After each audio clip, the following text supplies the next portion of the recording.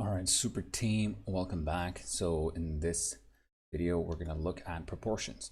So it says that when two ratios are equal, they form a proportion. Okay, and he gives examples of 2:3 equals 4:6. Well, how are they equal? Well, you can see they're equal because clearly, if you multiply 2:3 with 2, this whole thing with 2, you'll actually get 4:6. Okay, so in other words, if you were to multiply this whole thing with 2, 2 multiplied by 2 is 4, 2 multiplied by 3 is 6. So in other words, 4:6 is another way of saying 2:3. Just like 6:9 is also another way of saying 2:3, because if you divide both these sides by 3, you get 6 divided by 3 is 2, 9 divided by 3 is 3, which is the same as this. So that's why ratios, when they're equal, they form proportions. Okay, so in this, when there's an x here, which is an represents an unknown quantity, then what that means is that this, and it's got the equal sign, then that means that x and 7 are not necessarily, it's not that x and 7 are equal, it's that there is a relationship between x and 7 such that, for example, there was a relationship with 2 and 4, right? And 3 and 6. So 2 times 2 is 4, 2 times 3 is 6. So the same here. So we'll see as we still see more questions, it will become more clear. So you can also write proportions in this form. So 2:3 equals 4:6. We could have written that as 2/3 equals 4/6. And as you can see, this is true, right? You cancel 4 with 2, and you cancel 6 with 2, and you get 2/3, which is the same as this. So now, if it says 2/3 equals 8/x, now from this you can see that the way 2 and 8 are related. For example, if I divide 8 with 2, I get 4, right? So that means 4 has been multiplied here to make this 8. So I can do the same. If I multiply this 4 with 3, I'll probably get whatever is in here. So 4 times 3 is 12. So then 8/12. So 8/12. Is that equal to 2/3? Is that true? Is that true?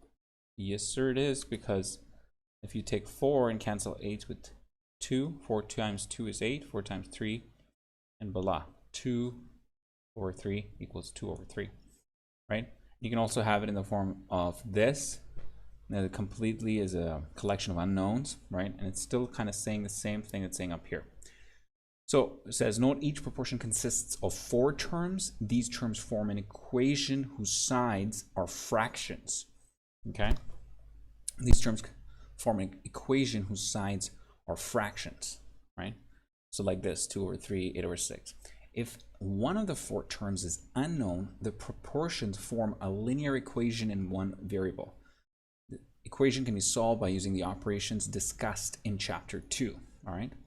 So by chapter 2, they mean the algebra. So basically, we can use the same techniques that we learned in algebra to solve these equations in case there is an unknown quantity. All right, so let's go to the next page. This says solve the proportion. Okay, so 2:5 as 8:6. So the meaning of a question like this is pretty much so 2:5, 8:6. We can write it down as 2:5, 8:6. Yeah, 2:5 is 2:5, right? So this is 2:5 equals 8:x. Yeah. So very good. Something's going on with my. Okay. Anyways, 2:5 equals 8:x, right? Okay, so then we can see what he did. 2^5 equals 8^6. He wrote it as a fraction, 2/5, 8/x, and then he made it into an equation. He multiplied both sides. 2/5, he multiplied this side with 5x, and then he multiplied the other side, 8/x, this side with also 5x. Why did he multiply both sides with the same thing? Because it's an equation. He wants to maintain the integrity of this sign. He called the equation, because otherwise, if this is only going to remain equal if both sides are equal, and if you're multiplying both sides by the same number, then it remains equal. So then what happens is 5x multiplied by 10 is 10x, divided by 5 is 2x, 5x multiplied by 8 is 40x, and 40x divided by x is 40. So he's left with 2x equals 40. Now what he does is multiply both sides by 2. This side he multiplied by 2. This side he also multiplied by 2. And he got 40 over 2, 20, and 2x over 2, he got x. So then he's like, okay, left side's 2/5, right side's 8/20, because he found that x was 20. So there he plugged in the x, and then he got 8/20, and then he simplifies 8/20, he gets 2/5, so 2/5 and 8/20 are equal.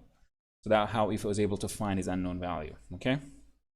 Next, he says the two operations usually applied to solve proportions are multiplication and division. So multiplication and division are going to be very common operations that we're going to see whenever we're dealing with proportions. These operations permit the use of a simplified technique called cross multiplication. Okay, so there's a technique called cross multiplication. It's going to make this whole thing we did here a lot simpler. Okay, it's going to be a lot simpler to do. So what is it? The multiplication of the numerator of the ratio on the left side with the denominator of the ratio on the right side of the proportion. Okay, so basically it's saying take the numerator, like here in his we have the numerator 2, right? We got 2, and then you multiply that with the denominator down here, x.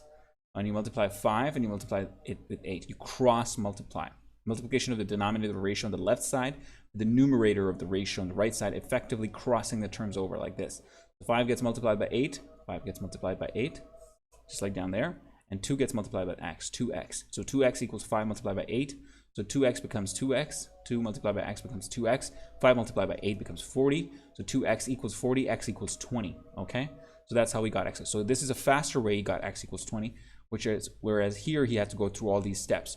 All he did was just cross multiply 5 to 8 and x to 2, right? He took the x up, cross multiplied it with the 2, and multiplied the 5, cross multiplied that with 8, right? And so that is the first part of proportions.